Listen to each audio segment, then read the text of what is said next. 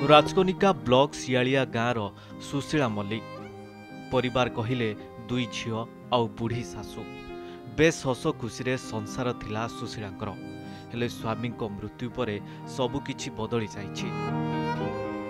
दुर्विषह होई पड़िछि जीवन। 8 वर्ष हेलाणी निज परिवार पाई संघर्ष करुछंती सुशीला। सिलेई करी जहाँ भी किछि रोजगार करुछंती सेथिरे ओळिए खाइले ओळिए उपास।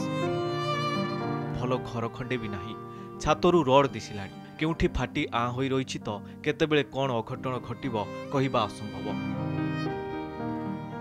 उड़िए खाइले उड़िए उपास। घर टी भांगी जाइछि। घर भी छात भी देखा जाउछि, जो रोड भी देखा जाउछि। आ पोला मारिकी मु रहिछि दुख रे। मार 80 वर्ष मा तार होछि मेडिसिन पतर भी मु देहि पारु नै। देह पहाला लु देहि पारु नै। छुआ घर भी सेया कोठी आनिमी। पो 8 वर्ष हला गला ए माँ कतर मागी गई 15 टंका आनी बहुत टालर पकाउची से जा मर्जी छुआ को बिस्कुट सकाଳେ गुटे आनिकी दउची।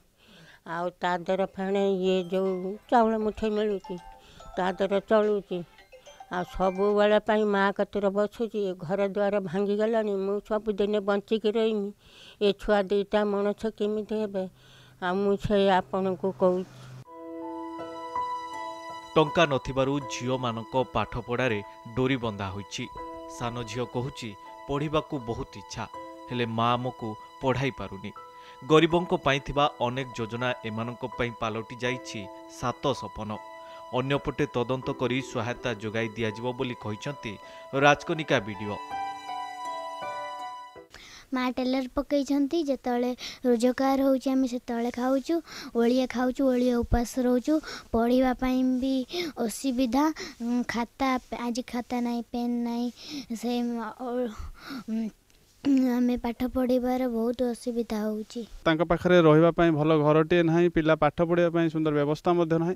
तेणु सरकार पाखरे यही दाबी रहिबो तांको घरटे जेते जहाँ रही सरकार व्यवस्था भितर सहयोग तांको दिया जाऊ एवं घरटे प्राइमरी बेसिस रे तांको घरटे दिया जाऊ।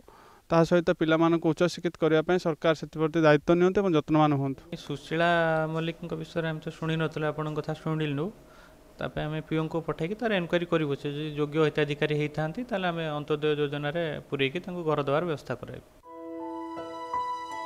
तुरंत घर जोगाई देबा सह पिलांको पाठ पढ़िबार व्यवस्था कले एई असहाय परिवार उपकृत होई पारिबे। केन्द्रापड़ा राजकनिकारु प्रवीण बळंक रिपोर्ट, कनक न्यूज।